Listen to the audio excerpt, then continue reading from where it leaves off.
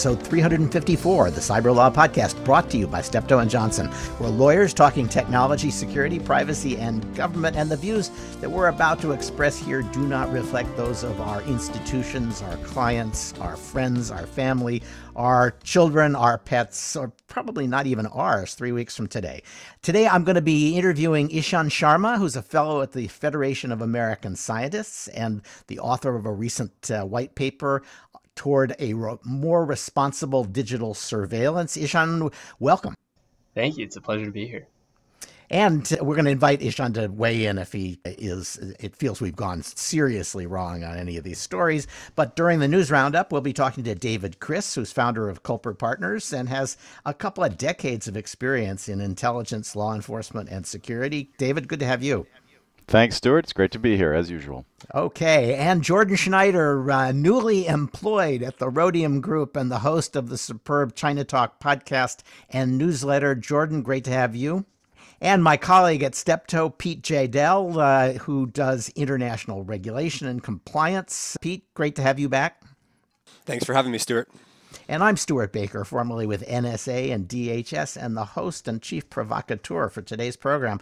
All right, let's talk about how hard it is to decouple, really decoupling the U.S. and China. If you've ever tried to stop two dogs after they've started mating, you'll know how painful this is. But what's interesting, I think, is the Chinese seem to be recapitulating some American experiences, and the concern about the possibility that data is going to be infiltrated back to the United States has led to restrictions on Teslas being used and by particular agencies.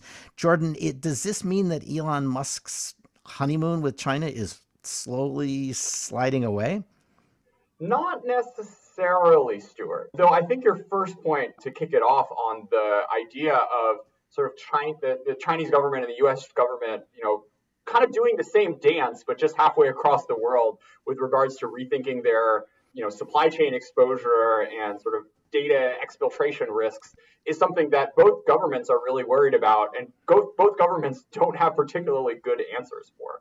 The Chinese government for a very long time now has been trying to get Western hardware and software out of its government systems. The 352 plan was announced 2 years ago. The goal was to replace 30% of computer and software by the end of 2020, another 50% this year, and the final 20% in 2022.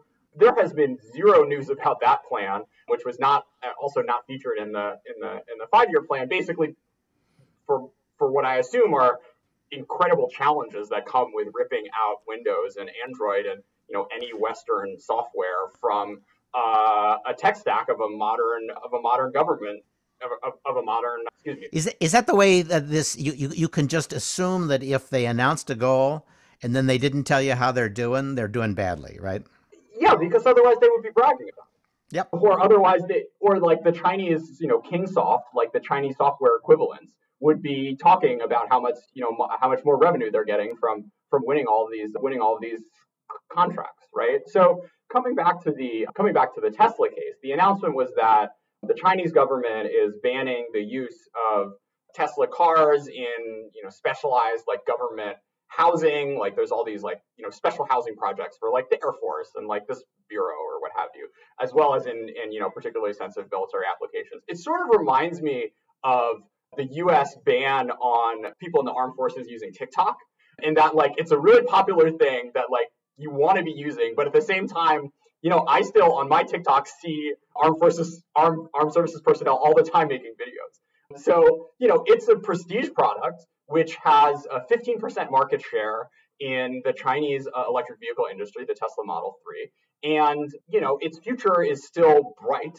But I think in general, from taking a step back, it's still very early days when it comes to the Chinese EV industry, which is almost certain to become the world's largest.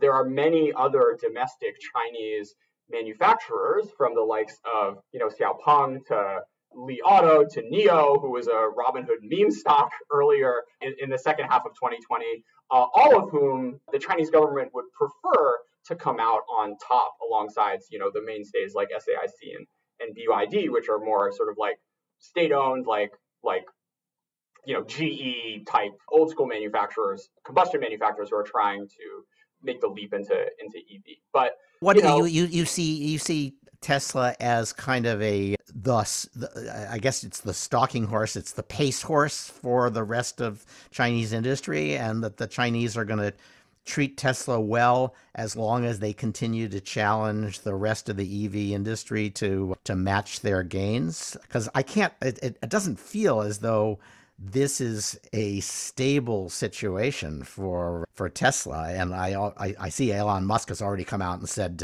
well, we would never hand over information to the U.S. government, which he doesn't actually get to say. If the information's here and there's a subpoena here, he's going to have to turn it over.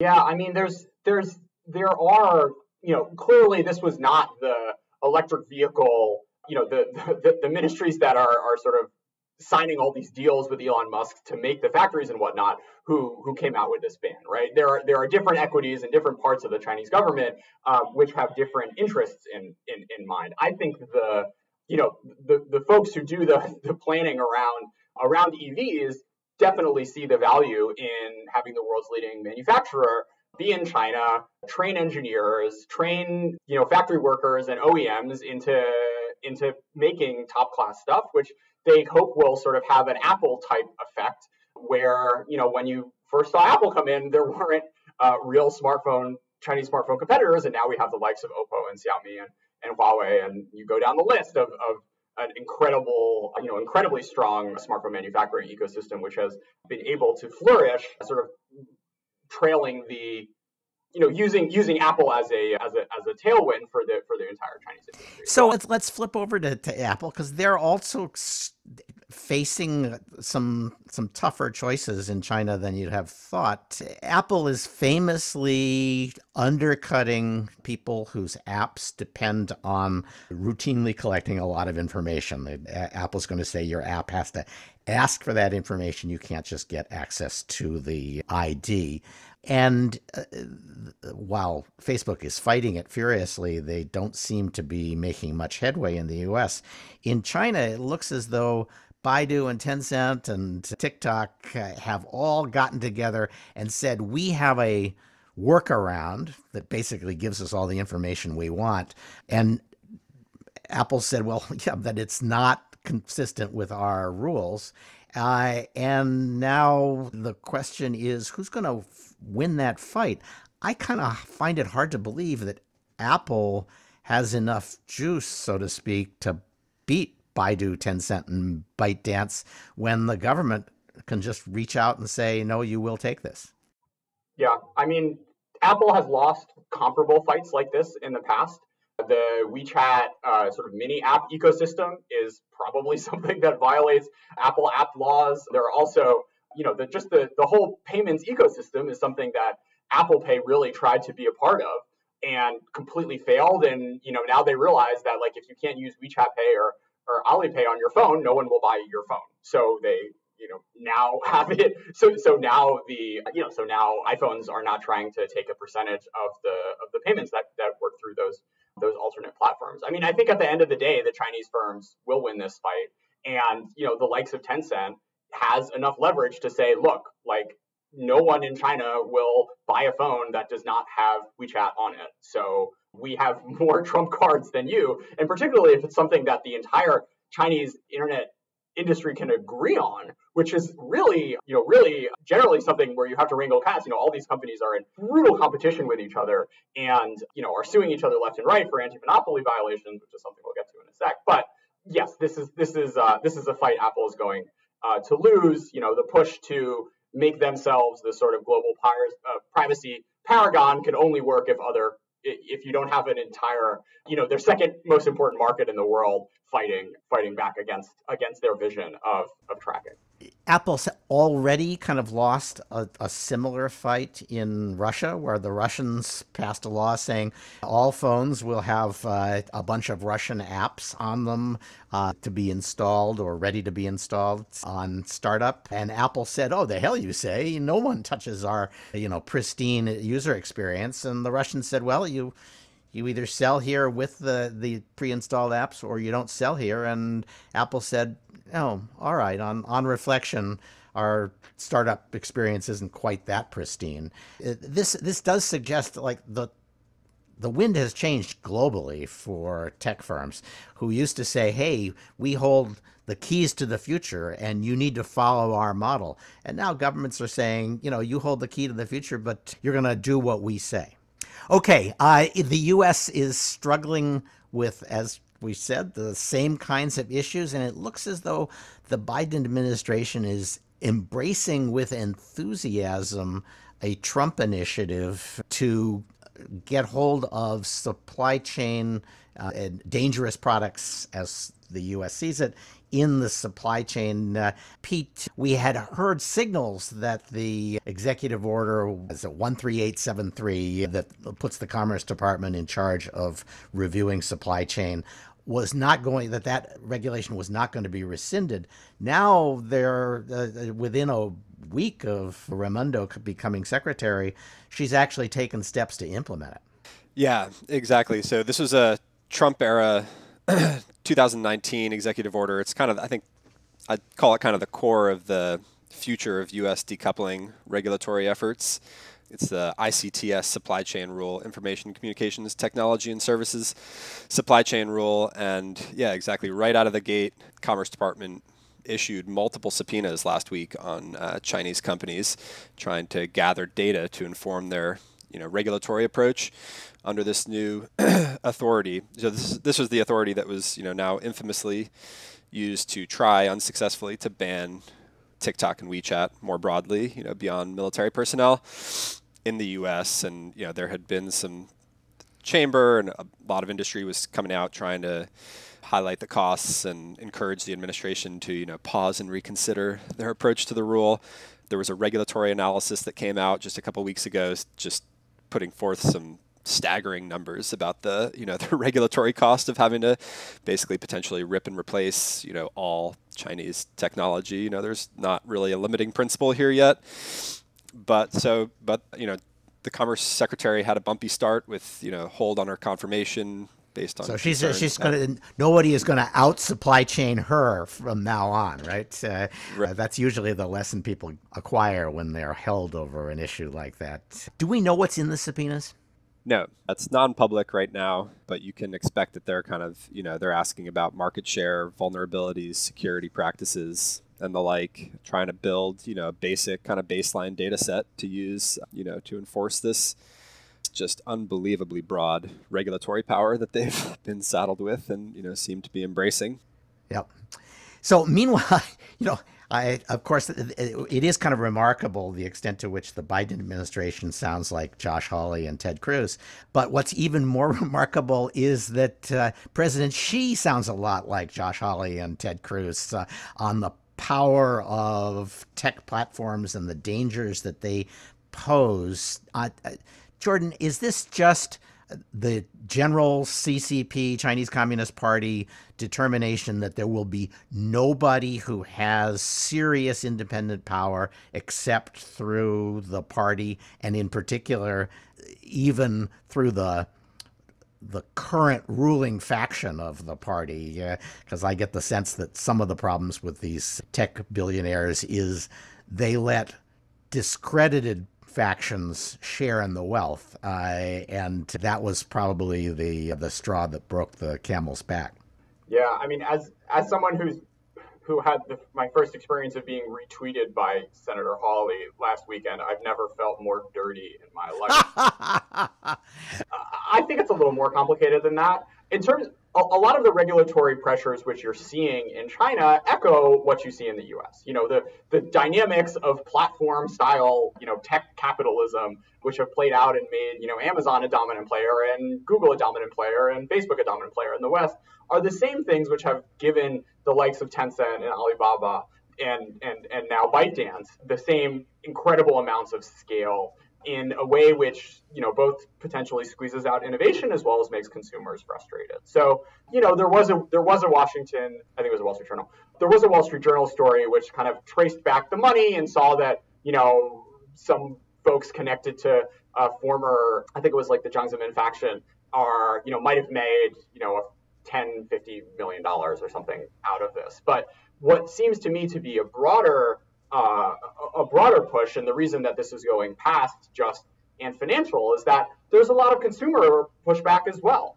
of things like big price, like big data price discrimination, where there's like surge pricing, but only for people who they know are going to pay, or with small manufacturers of goods. Like there's a policy on certain platforms where, like, if you sign up with Alibaba, you can only sell at Alibaba and not go to Tmall or Pinduoduo to sell your goods. In turn, making these small businesses have to pick just one platform and run with it, often at And how do these small businesses get Xi's ear? So it's something that I think bubbles up through the system and through the internet. And one of the things about the Chinese government is they are always looking out for even if they're not even if you never see Chinese public opinion polls, a big role of the party is to understand what people are angry and frustrated about. And there has been an increasing tech backlash over the past, let's say, 2 or 3 years, where these tech firms went from, say 5 or 6 years ago, the consumer tech firms in particular went from these darlings and like the future of China to now something that a lot of people have a lot of suspicion over and aren't necessarily sure that all of the energy, that it's the best thing for the future of China to have all its best minds going to making recommendation algorithms for e-commerce platforms. So this is also coming at the heels of the most recent 5-year plan, which, while it had a serious focus on innovation, defined innovation very differently than the way a Tencent or an Alibaba would have 3 years ago, and much more of a focus on biotechnology and semiconductors and harder sciences, which is where the party leadership really wants to see the country's kind of creative energies flowing in the next yeah, okay. It's just not sexy to be working on algorithms, and so they would rather people put that effort into something that the government could measure and see some potential value from. Ishan, you want to jump in? Yeah, actually. So I think Jordan highlighted probably what I find most interesting about this is the distrust from Chinese consumers, because I think that gives the CCP a brilliant positioning, essentially curating this public distrust, mirroring these antitrust considerations as speaking on behalf of the people, but then also telling these companies, which, AI dragons, AI national champions, telling them no one else will be your friend. And so it's a very strategic positioning that the CCP Oh, yeah. No, it's terrific. They can cut down the tall poppies at the same time that they look like they are standing up for the little guy. Yeah. Okay, well, that's a fascinating kind of sidelight on why Xi might be doing what he's doing, and we're going to see more of that. It's completely, you can't ignore the fact that there is a sort of global consensus on a variety of things, and I think at least half the time it's wrong, but you can't ignore it. And the Chinese pay attention to it in the same way that the French government or the Russian government pays attention to it, and certainly the U.S. So bad times coming for these big tech platforms everywhere. All right, let's leave China, at least for today, and actually come back to it through the back door. David, we finally got a report from the National Intelligence Agencies and from the Justice Department, Homeland Security Department, about what happened during the 2020 election in terms of interference, either through trying to force memes into the discussion or actually interfere with voting. Were there any surprises at all in those reports? Not too many, actually, if you had been paying attention. There are really 4 main conclusions. The first one is the election was secure. That may be a shock to certain folks, maybe including yourself, Stuart, but I believe that. Well, as they say, nobody really tried. Yes, that is what they said. Exactly. Good news. Nobody really tried. And that, by the way, this is an interference with technical voting systems or infrastructure. This is what the report actually calls election interference, as opposed to election influence, which is a distinct thing. It's things like ballot counting, voter registration.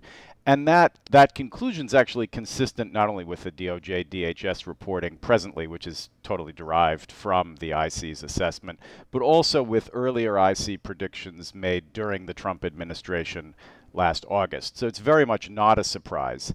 Obviously, foreign actors did try to make us believe that voting had been hacked, that election interference had been successful, that voter fraud was rampant.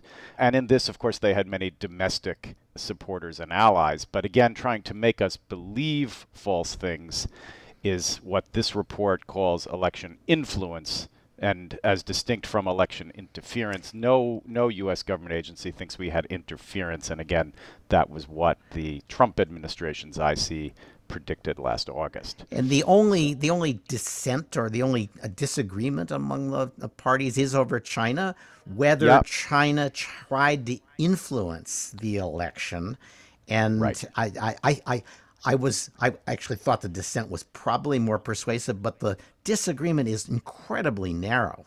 It's pretty weak tea, honestly, Stuart. I can see why, it's worth highlighting. But what the report says with high confidence coming from all the agencies is that China considered but did not undertake an influence campaign, mainly because it just didn't see a favorable cost-benefit ratio in doing that. It's not because the Chinese love democracy or want to promote U.S.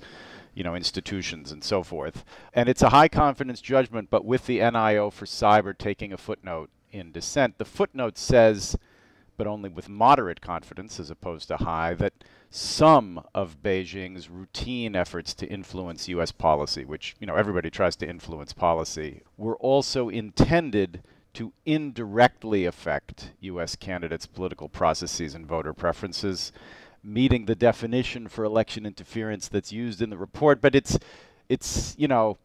a little bit weak as something you can really hang your hat on. You can't tell the difference, right? If you've got a narrative that you're trying to force on the American public that is good for you and bad for the country, the fact that you do it during an election is a kind of election interference, I suppose, but not they. So you kind of end up saying, well, they kept doing this and they knew or hoped that it would have an effect on the election. So I'd call that election interference. And other people say, no, they were just doing what they do. I think it's a little bit like that. I mean, what the focus of the Chinese efforts are on things like TikTok, 5G, Hong Kong, so forth.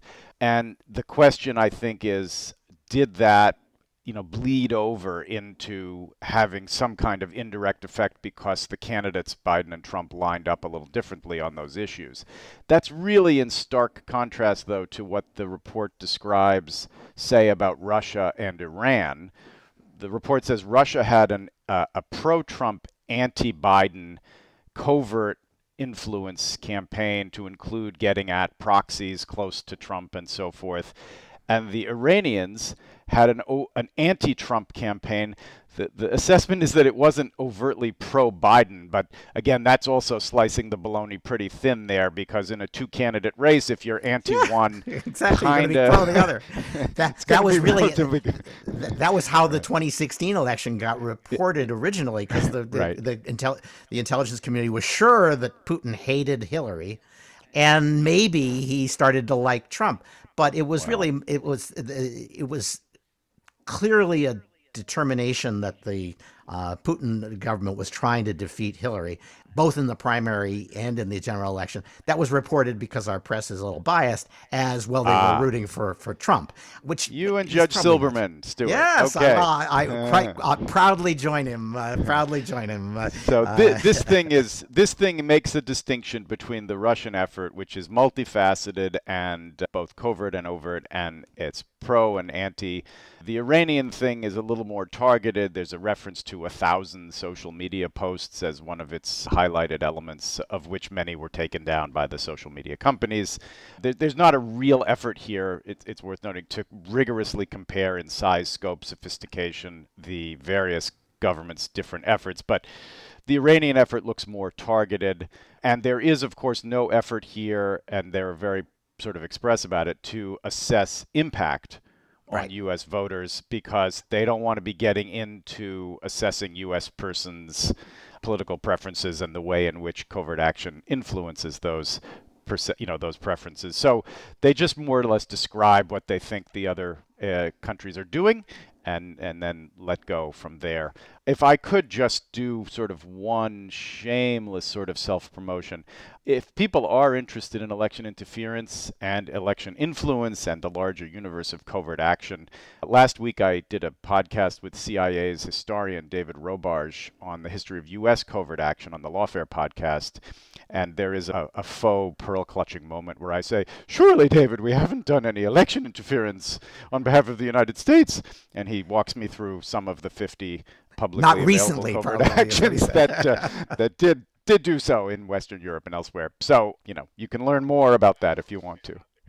Thanks. So, lots of fun. Good. So I got one there. question about this, and then we'll move on. Yeah. But Yeah. I thought there was a telling moment where a couple of otherwise respectable, or apparently respectable, journalists tweeted that this report said that the Hunter Biden laptop was a Russian influence operation, which of course it doesn't really say, and they had to walk that back. But I thought that was significant, because if they had concluded that that was a Russian influence operation, we probably would have heard it, which raises the real question, why the hell we have not excoriated Twitter for claiming, we're not going to let anybody see that because it's a Russian influence operation. That may be the biggest interference with our election in 2020, which was the suppression of that story.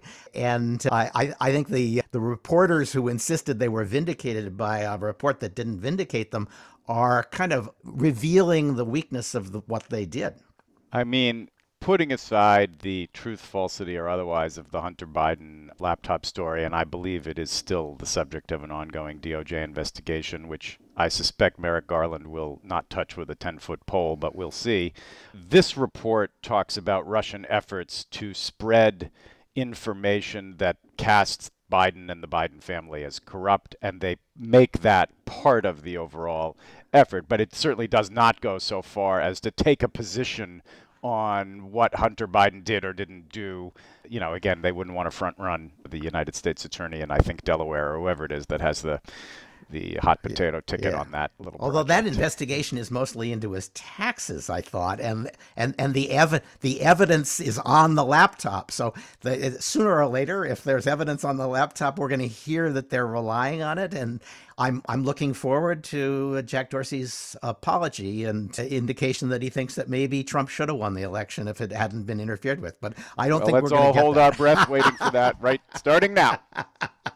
Sounds good. All right. Well, while we're holding our breath, let's hold our breath for something useful coming out of the United Nations. I can't say this is something useful coming out of the United Nations, but it's better than my very low expectations. Pete, what happened at the UN General Assembly?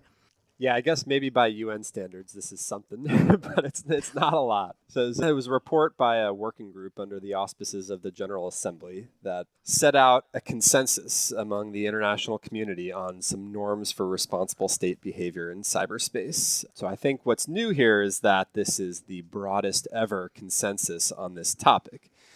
So I think Iran disassociated itself from the conclusions in the report, but otherwise, yeah, but they didn't even vote against it. So you're right. This is something where the entire UN got behind some kind of weak tea statements on cyberspace. Right, and the norms themselves, a lot of them were largely entirely pre-existing. Just they had been adopted by bodies that had a narrower membership. Largely the major developed economies. So, it is something to bring the entire developing world on board with something that they probably care not at all about. This is just not on their agenda at all. Or maybe they do now. Everybody's getting screwed by ransomware. So, there may be a couple of countries where that's a net contributor to their balance of payments. But on the whole, if you're in the global middle class, you've probably suffered at the hands of hackers. Yeah, for sure. I mean, I'm thinking of kind of the, the guineas of the world and the like. This is just not on the top of their agenda. But, there was a lot of reference to capacity building in here. And so that probably greased the skids to get them on board the train. Why not? So, in terms of substance, there's not much there. I thought it was interesting that they mentioned election interference as, a bad thing. It seems like that might have scuttled consensus. No, because Putin's campaign for the last 10 years has been to show us that what we did in 2011 to try to encourage his opponents was strategically a bad idea and something we should never try again. And I think he might have actually won that fight. So Ishan, your thoughts on this? Yeah. So I mean, I also thought the capacity building was really interesting and also probably really important. There's estimates saying that by 2030, the remaining half of the world will gain access to the internet. And I feel like, it's probably likely those will not be secure access points. And there's probably a lot of access to the confidentiality of sensitive information. So I think in terms of usefulness for the UN, it was really exciting to see this attention and focus on I think there was a subtitle about people and that, people should not be abused and their sensitive information should be protected. So I hope that kind of dialogue continues going forward. I'm not sure, and I think that's kind of table stakes to get the UN General Assembly, which is dominated by poor countries, on. They usually say about these things, well, there needs to be something that helps underdeveloped countries either develop or use the technologies. It doesn't surprise me that they would say that, but the fact that they were willing to sign on in exchange for something like that does say they actually don't hate the principles either. Well, I also think it's probably strategic to encourage that type of conversation for capacity building. Not from, I think we see a lot of this growing AI nationalism, data localization policies that a lot of the digitizing world is adopting, and so. I can imagine that would increase under the auspices of trying to make it more secure and end up biting them right in the butt again. And so I do think that this is probably a really important measure to focus on. I'm just not sure if it will be focused on going forward. Well, there's a big interest in the developed world in having at least some rudimentary police and judicial capabilities to deal with cybercrime everywhere in the world, because it's the half of the world that is coming online now is a lot poorer than the half that's on there now, and so stealing money from the other half is a very attractive way to front your costs of getting online. And policing that kind of activity is something that the locals are going to have to do. So I actually do expect that you'll see a lot of effort to build some basic capabilities everywhere, including New Guinea. All right, Pete, the Cyberspace Solarian Commission, they issued a report. That was a good report. I agreed with big chunks of it. But that was a year or more ago, and they are not going away. I think it was before the pandemic started. They have issued new reports. They're writing op-eds. They're telling the Biden administration, as they told the Trump administration, how to do what the commission recommended. And they're having, some impact because they are well organized and they have an agenda that they put together a year or so ago. What we're looking at now is there's been a report by one of the leaders of the staff kind of critiquing what the Biden administration's supply chain policy has been, and mostly giving them, I would have said, a B+. Yeah, exactly. So I'm glad to see the commission, maintaining its role. It's actually my college classmate, Mike Gallagher, who, I'm glad to see him wearing multiple hats, not just his China Hawk tough guy Marine hat. So, I think the commission's had a good role so far. They've been reauthorized again in the NDAA for this year. Several, as you kind of hinted at, several of their previous recommendations have already been adopted in this year's NDAA. So, it's a relatively rare body that's having, concrete and, continual impacts on the law and policy. So it's, they're a good driver of progress in this area. I think they are, except I wish I agreed with them on the things that they make the biggest fuss about. The idea that there had to be a cyber director in the White House who was Senate confirmed was always inconsistent with how the White House works and not a good idea. And they're continuing to beat the drums to say because they haven't named a cyber director, the Biden administration is not doing a good job in organizing for cyber defense, which is nuts. The cyber director is going to be outranked by the person who's already been designated to focus on that, Ann Neuberger. She's been given a deputy national security advisor role. And introducing Senate confirmation into a White House office is a recipe for having the president never really trust you. Yeah. And this op-ed does not say that. This was from Robert Morgus, but he does say we have to have one supply chain agency, and it's got to be the Commerce Department, not the Homeland Security Department. And yet, most of the expertise on the civilian side of cybersecurity is going to come from the Department of Homeland Security, and the Commerce Department is going to have a tenth the number of smart people who focus on that industry. And so it's crazy to insist that the Commerce Department, which now has the lead for regulation, should also have pushed the Department of Homeland Security, CISA, aside for making determinations about the technology. I love their basic concept that they should stay involved, but I'm really having trouble agreeing with some of the things that they are insisting on. Yeah, I mean, I think the recommendation to put commerce up front and more of a clear role, I mean, there's some good reason behind it. I mean, there's a lot of regulatory regimes where you've got economic sanctions. A lot of the key decision making is made by the State Department, but Yep. OFAC implements and Treasury. They've got a different perspective, the regulatory perspective being out front. In some contexts, I think in this context, I think it makes a lot of sense. You have your reach back and your recommendations from people who actually know what they're doing, and then you have the tools to implement. Okay, well, I can't argue with you on that. The CISA and DHS in general are very slow to pull out regulatory hammers, and the Commerce Department is used to it. And so maybe if you want tough regulation, you're better off asking the Commerce Department to take the lead than letting DHS, which is a lot more comfortable giving people soft incentives than regulatory mandates. Yeah, and you've got commerce, engaged on the export restriction side. It may make sense to have the same agency looking at both sides of the coin on the supply chain issue as well, import. Okay, well, last story, because I can't resist it, because the European data protection agencies have been a consistent and reliable whipping boy for this podcast, really from the start. They should be a sustaining member of our Patreon community. The European data protection agencies have discovered, oh my God, there's law here too. So we can't just say, oh, we don't like you, we're going to fine you.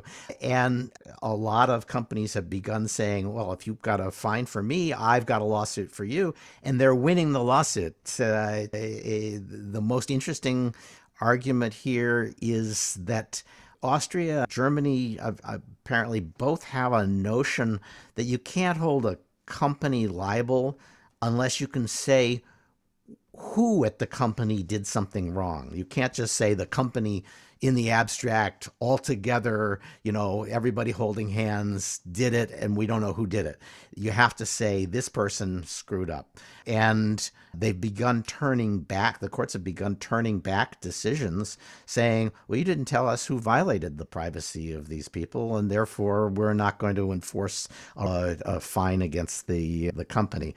The data protection agencies have always been, all hat and no cattle, as they say in Texas. Great talkers, not so good at doing. Now they have to do, and they are really coming a cropper. That's what this Wall Street Journal article says to me. Couldn't happen to a nicer gang of people, since they've also gotten in the way of national security and law enforcement and a host of other things that I won't belabor again here.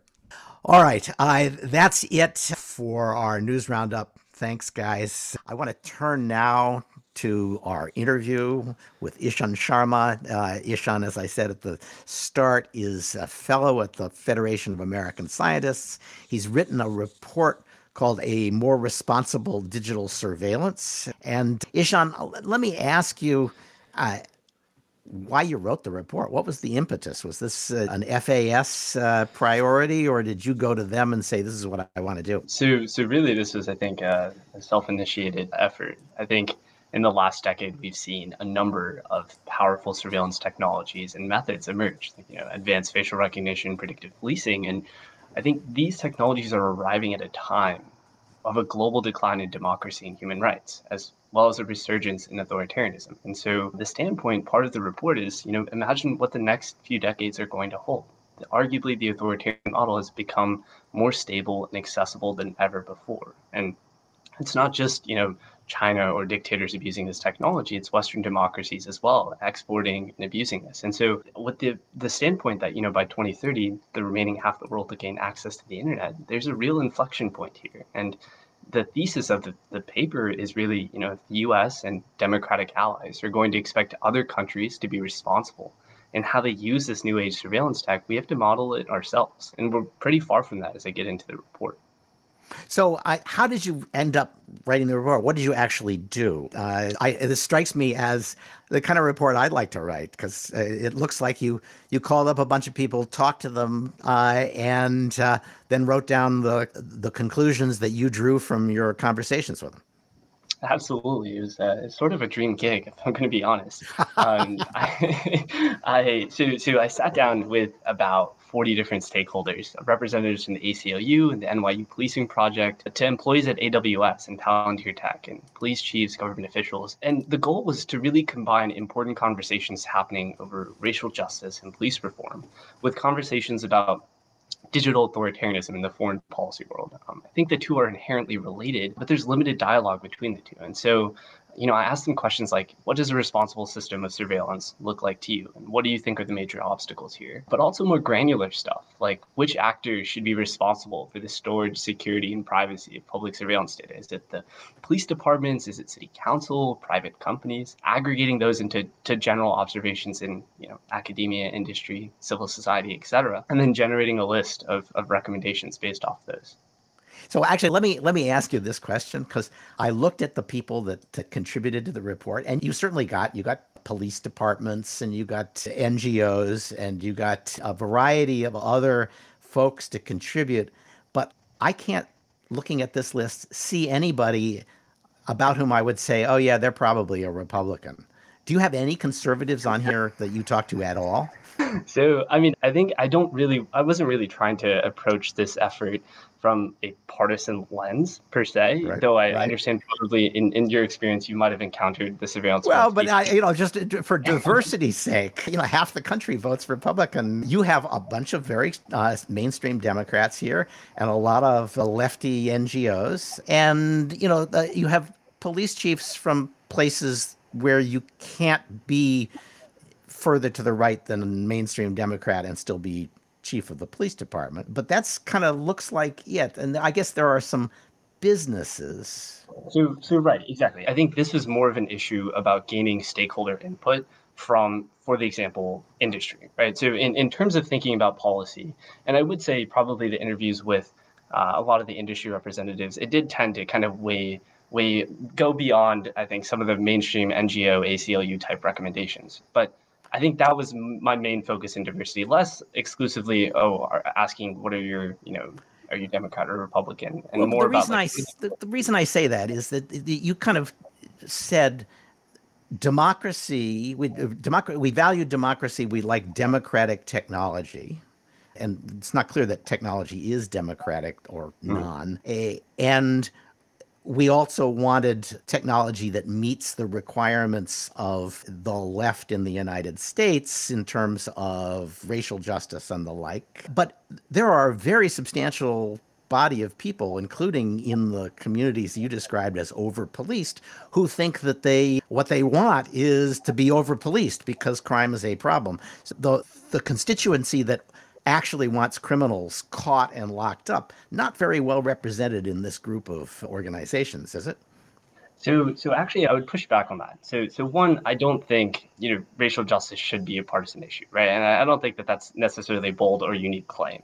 But I think to your point about over policing, some of the really interesting conversations I had with police chiefs were oftentimes communities want to have surveillance tech in the area. And to place that type of technology in, for example, like a rich neighborhood where the main issues are, frat boys partying. It would be a waste of time. If artificial intelligence could die of boredom, it would. Well, so that's the point. I think the real issue that I'm trying to get at with this report is, how we acquire, how police departments acquire, and like the procurement process, but also the use process itself just is a total black box. And that's a real danger in terms of having meaningful democratic accountability and oversight. So really, I buy that. The notion then is if the technology is not inherently democratic or not, then the difference between it's being used in China and it's being used in Georgetown is how we decided to use it and what kinds of crimes we're enforcing. Exactly. And there's a real potential to lead here, at least in contrast to how China has been deploying this domestically, but also been exporting this internationally. I think that that's a strategic concern because surveillance really does get at the heart of a nation's ability to promise security and stability. And clearly, there's immense demand. In the last, I think in 2018, there was some 18 countries that were importing surveillance tech from China. And now there's over 80 countries. That's a massive increase. So this tech is not just going to go away. We can't just pretend as if banning it is going to solve all our issues. We have to get really smart about how this is being used. And I think there's a lot of room there. And a lot of the conversations I had, there's a lot of potential to move forward in a bipartisan way, which is, I think, more of the focus of my recommendation. This is your determination not to be annoyingly woke, and I do appreciate it. So fair enough. I think the current situation poses real problems for people who think of themselves as belonging to ACLU frame of mind on this stuff. They would probably like less use of this technology. They'd love to be able to restrict its use in non-democratic countries.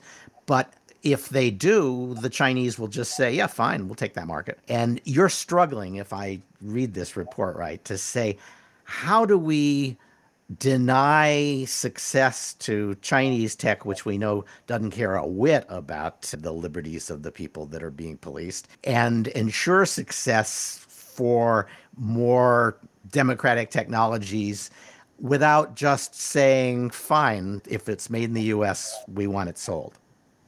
Right. So two, I think, so two big recommendations from the report. Right? One is creating this actual digital surveillance oversight committee that has some sort of formalized, meaningful recertification process, but also serves as kind of an informational clearinghouse to inform, for example, nuanced export controls, or gain information on how companies are actually doing their due diligence and what are the standards and intended use cases, bright lines, et cetera. So I think that's your idea is basically there should be somebody at the federal level who looks at these new technologies, the surveillance technologies, and says, what's good about them, what's not good, what could be tinkered with, encourages people to meet best practices as it defines it, and then says, okay, now that you're blessed, one, we're going to encourage people to buy it in the US, and we're going to authorize its sale abroad, and maybe even, if I'm reading this right, subsidize it. So exactly. So there's the meaningful certification component for which, a variety of multi-stakeholder communities should be a part of, historically surveilled communities, but also tech ethicists and privacy scholars, et cetera. But probably the most controversial recommendation of the report is this idea for a democratic surveillance accelerator. And so essentially it's this principle that, just having export controls in this technology, similar to bans, are not going to solve our long-term issues. And this is kind of why I was a bit disappointed with the National Security Commission on AI's recommendation, which is essentially just to restrict exports of high-end AI chips that are being used in technology. It's, the surveillance industry is globalized. All other countries can gain access to this technology from plenty of other countries besides the United States. Well, maybe not the AI chips, right? Do you think the AI chips are now commoditized? Well, I think it probably ties into the conversation happening earlier, which is that in a longer term sense, China's trying to develop that indigenous capacity. And sure, there hasn't been, a lot of reports on how effective that has been. And it's not as simple as... They're going to get there. You're right. They've got enough money so that they can get there if this is a high enough priority. And I'm well aware of the intricate conversations taking place and how you can't just throw money at this issue, right? But the point being is that we have to get smarter about how we are trying to promote democratic values internationally, and it's not just to pretend as if the United States or the Wassenaar Arrangement is capable of restricting exports, and that takes care of all of our issues. So the controversial accelerator process, the idea is it's not intended to catapult U.S. leadership to the forefront of global surveillance industry, but it's to provide an opportunity to signal to U.S. industry on certain value design criteria. So what are things that we really appreciate while introducing more baseline accountability into the expectations for exporting this tech. So what does that really mean, right? Well, that means things like if we're going to export this tech, it means requiring technical firewalls installed within the technology to be able to, software features that enable real-time control or monitoring of misuse and be able to lock those operations remotely. It means, requiring remotely, operational meaning training. We tell these companies are supposed to tell other governments, oh, I'm sorry, you're not allowed to do that. We're locking not you out. Exactly, oh, I'm sorry, you're not allowed to do that. It's more like, are there recorded instances in which this technology is being abused? Can we restrict in the form of, for example, preventing software updates? And I think this is actually coming out of so the Bureau of Industry and Security put out a public comment a little while ago, right? And trying to really tackle this complex export control issue. And one of the recommendations was Microsoft claiming that there should be this technical firewall component, that this is actually a much smarter type of control that would restrict how governments can abuse this technology, or at least create that informational awareness on how this tech. Well, certainly, Microsoft controls us all through the granting and withholding of updates. Exactly. And so I mean, I think. So there's this leading scholar, Sheena Greitens, who had interviewed on this issue, who's also, I think, identifies with conservative values. But, she put out this analysis that there is immense demand internationally, and it's driven by subnational actors. The idea being that one person's surveillance may be another person's solution to traffic congestions or waste management or crime. And so there is a lot of demand here. And I think we have to think, how can we fill that demand in a way that actually upholds democratic values? And maybe it's too optimistic. Maybe I'm too idealistic. You might end up losing all your friends on both sides of this debate, right? You're basically saying we should spend money developing new and better surveillance technology. Probably, I would say not better surveillance tech, but portable privacy-preserving safeguards within the surveillance tech. Okay. That we can require as standards internationally. But some of this ought to be a feature that the customers would want. They would probably want features that would allow them to ensure that unauthorized people don't get access to this information, right? They want only authorized people to have access to that information. They don't want their habits sold to the highest bidder. And on the other hand, the idea that it's a feature that you paid for it, but we're not going to let you use it if we don't like what you're doing tomorrow. There's no, the U.S. would never buy technology like that, even if, it was a decision being made by the United Kingdom, which we share a lot of values with, but we're not going to let them tell us how to do our policing. Definitely. So I think this is really a broader diplomatic push, right? The one part of these recommendations is not going to solve the digital authoritarian issue. But in answering your question, I think it's useful to think about the general market that's at play. So if we think, China's exports are, providing a pretty dominant part of the market, they are gaining access very much so to countries' biometric data at scale. That is a very, there's an immense risk, and the contracts that exist are just not guaranteeing or preserving the digital rights and privacies of the digitizing world, which I think is an immense issue for the future of the internet, et cetera. That's a different story. So I think one really beneficial. Well, maybe, if I assume that one of your ideas, in fact, I thought I saw it, was there ought to be something about the kinds of terms and the sorts of data sharing that are allowed. And you would expect that it would play very well in, say, Brazil, to say the information that's collected in this fashion needs to be kept in Brazil. Exactly. I mean, essentially, it's an unvirtuous cycle of growth for surveillance tech companies to vacuum up the world's data and then provide, country-specific types of algorithms that, guarantee the justice. And so there is market incentive for these companies to swallow these data. The part of the accelerator is like, we'll offset some of that cost if you provide these like incentives. Okay, we won't be siphoning your data. We will not be trying to exploit your citizens' countries or your country's citizens' biometric data at scale. I think that might pose a market advantage to enter in this sphere.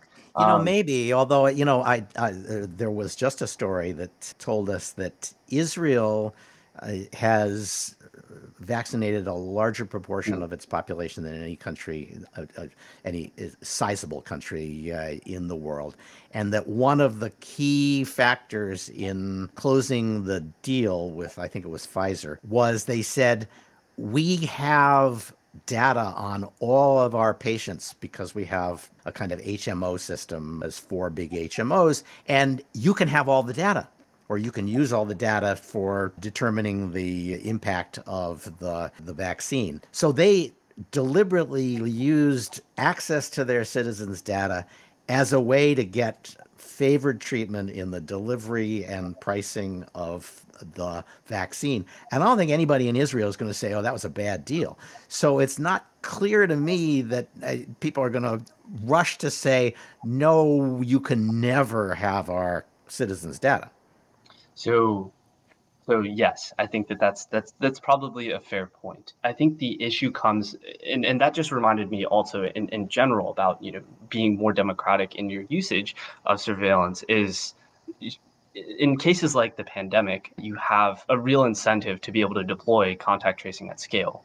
What happens oftentimes with surveillance, but other issues in general, is there's mission creep and how this technology then gets abused later on. And so I think what happened in Singapore is that initially the contact tracing surveillance system was then converted into use for criminal law enforcement, which I think is a really tough issue to grapple with. How do you just define that up front? What are the limitations? How could this be? Well, and do you want to really? I mean, it's easy to say I don't want to have mission creep, but then when somebody says my son was murdered, right? I want to know who was in the room with him, and you have the data to say, oh, I'm sorry, but that's only to be used to make sure he doesn't have COVID. And nobody's going to do that. There are really, I think, complex questions that you have to resolve in those types of discussions. I would submit to you that it's important to at least be more transparent in how those discussions are taking place. I think right now where we're at is nowhere remotely close to that. Like, sure, we have Fourth Amendment protections. Sure, we have civil liberties that prevent over-intrusiveness. But as a lot of the stakeholders I interviewed will tell you, the judiciary is estimated to be like 10 years behind the deployment of these tech. You had stingrays that had not received any consistent federal judiciary guidance until 10 years later, and by that point they're widespread, or there's another technology in place. So I mean, I can't agree more on that circumstance, and I think mission creep is just an ongoing attention that we need to focus on, and my idea is transparency might help with that. But okay, no, so last question.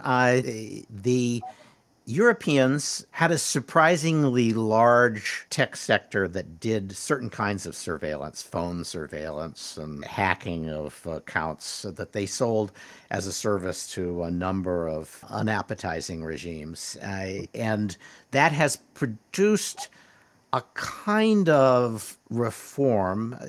For the first time in history, Europe is proposing to restrict exports that the U.S. has not yet enthusiastically embraced. Usually it's the other way around. What's your sense of how that is working, and which of your ideas do you think is going to get a tryout in Europe?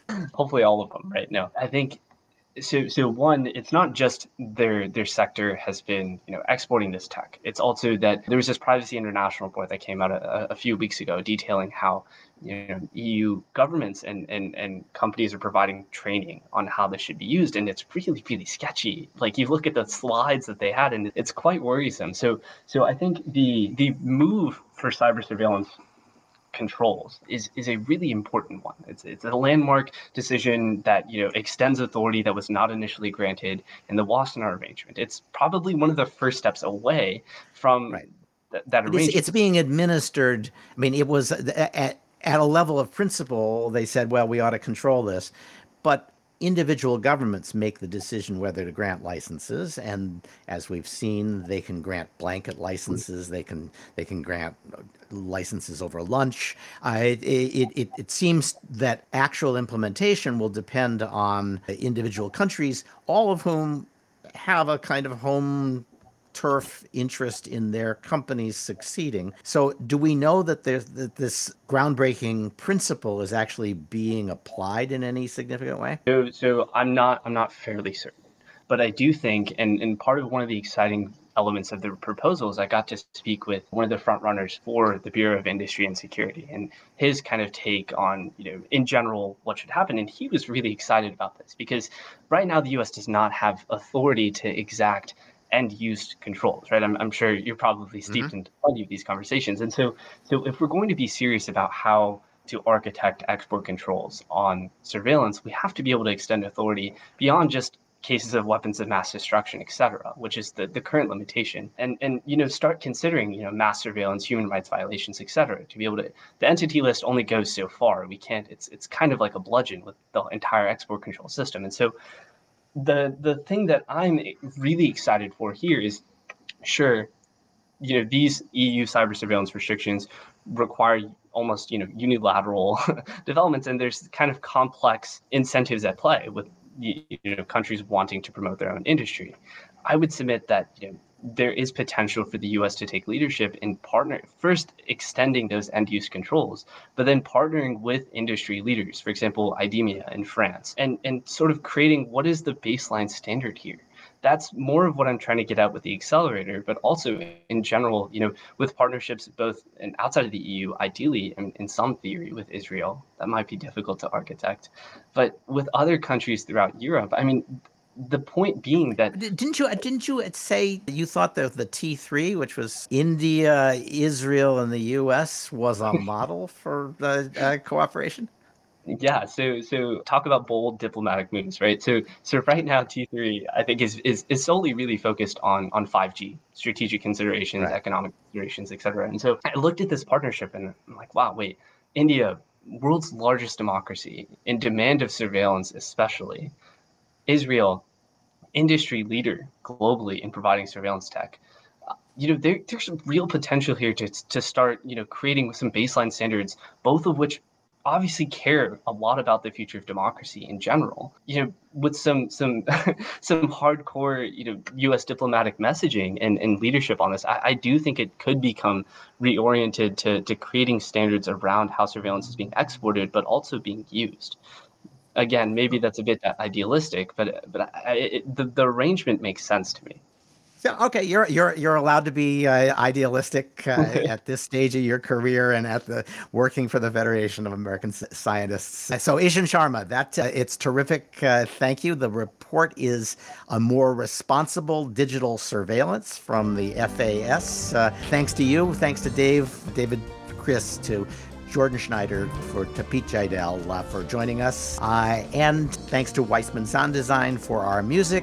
This has been episode 354 of the Cyber Law Podcast, brought to you by Steptoe & Johnson.